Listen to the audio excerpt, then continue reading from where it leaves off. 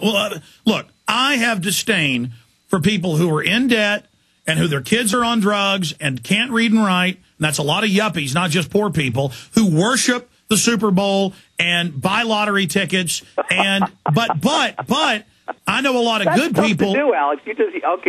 Okay, good. That's brave, going after the sports folk. Good for you. Okay, I'll go with that. Disdain. I think we should have compassion for them because they're enslaved. But I mean, let me finish the statement.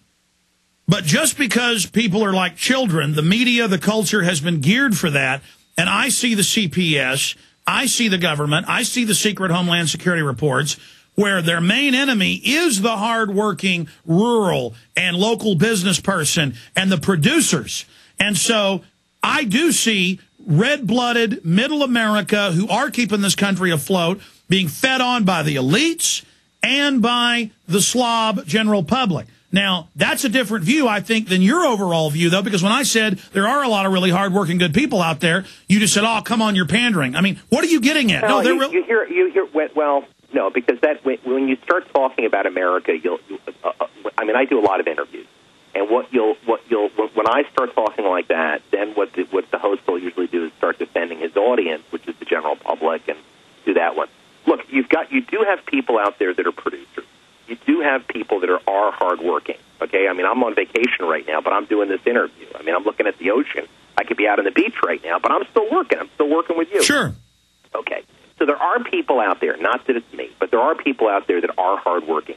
Here's the problem. The problem is that there's fewer and fewer of them, and that you've got less and less, quote, producers. You're a producer. I'm a producer. There are people that do run good businesses out there and do run good quality. Look at Apple Computers. I think they're doing a great job. Innovative, good technology, beating the pants off of Microsoft. I mean, Microsoft is sub-basement compared to some of the stuff that Apple's doing. I mean, obviously. But there's fewer and fewer of them. And at the same time, government is getting bigger and bigger and bigger. And the government is exerting more and more the control and wanting to take more and more from the producers to a point that it's almost that you're almost disincentivized to do any production whatsoever. Exactly, and when I look at the ultra elites and their policy reports and what they're doing, they're taking our normal bad traits and force feeding them like a cancer. They want us slovenly. They want us dependent. They want us weak. And so that's my issue. I mean, you're somebody with kind of an elitist or what you call a reality-based perspective. I don't know. I kind of reject that, Alex. I mean, I don't really get that. I mean, if you're talking about any of these people, I think there's a desire, I think, to positively influence global change. And when we saw pictures in recent weeks of Haiti, our initial response on the Haiti issue is, oh my God, look at the poor, suffering Haiti people. Haiti has been suffering for decades. Their population has grown 50% in the last decade. They're pushing 10 million. They eat mud pies on the street. Soon they'll be pushing 15 million and 20 million. And if we push it far enough out, and the Haitians are going to be eating each other. And so it's not just Haiti. Haiti could potentially be a lot of what the world looks like. The United States does not feed itself. We're net importers of food, like Haiti. The United States does not fuel itself. We are net importers of fuel. Well, Argentina is a good parallel to the U.S. Okay. Well, we need to be self-supporting and self-sustaining and have structures of. But that's the issue. When you read what the globalists say, they point out a lot of things you're pointing out, but then all their policies are to make us more dependent. Well, I don't know. I don't know where I see that. I think most people probably would like to be dependent. Most people are followers. They're not leaders. Any way you shape it out, 80% of the people are going to do next to nothing. 20% of the people are going to do most of the production in any economy. And most people don't think for themselves, and most people just generally are too lazy to think for themselves. Well, bottom line, where do you see the world in 10 years? I mean, it doesn't look good any way you slice it. Well, the debt issue is the real problem. The lack of productivity is the real problem. Our focus is a real problem. You know, we need to put money in.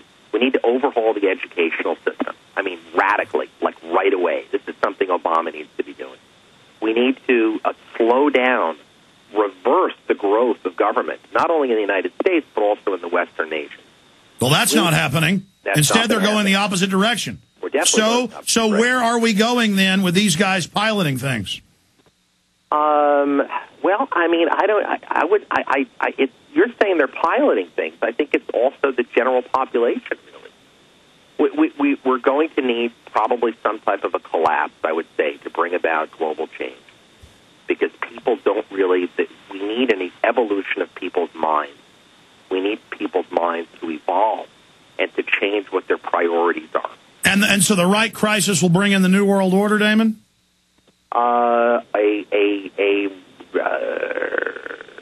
Yes, I would say in all likelihood a crisis probably would bring in a New World Order. I would hope that New World Order is a change for the good, because clearly what we have in place right now is not working. None of it is working. The systems are not working globally.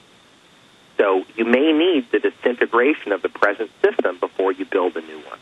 But this was a New World Order. Globalization has accelerated all the problems. Well, you don't go back. Globalization is not going to go back. Maybe inevitably the place that we get to is that we really are one world, that nations do become more like states. And we do have, what we dissolve is the need to war with one another. Why are the globalists overrunning Europe and North America with the third world populations? I mean, they could clearly control that, but they're not. They want to overrun, because then those populations will vote to rob and fully enslave the final producers.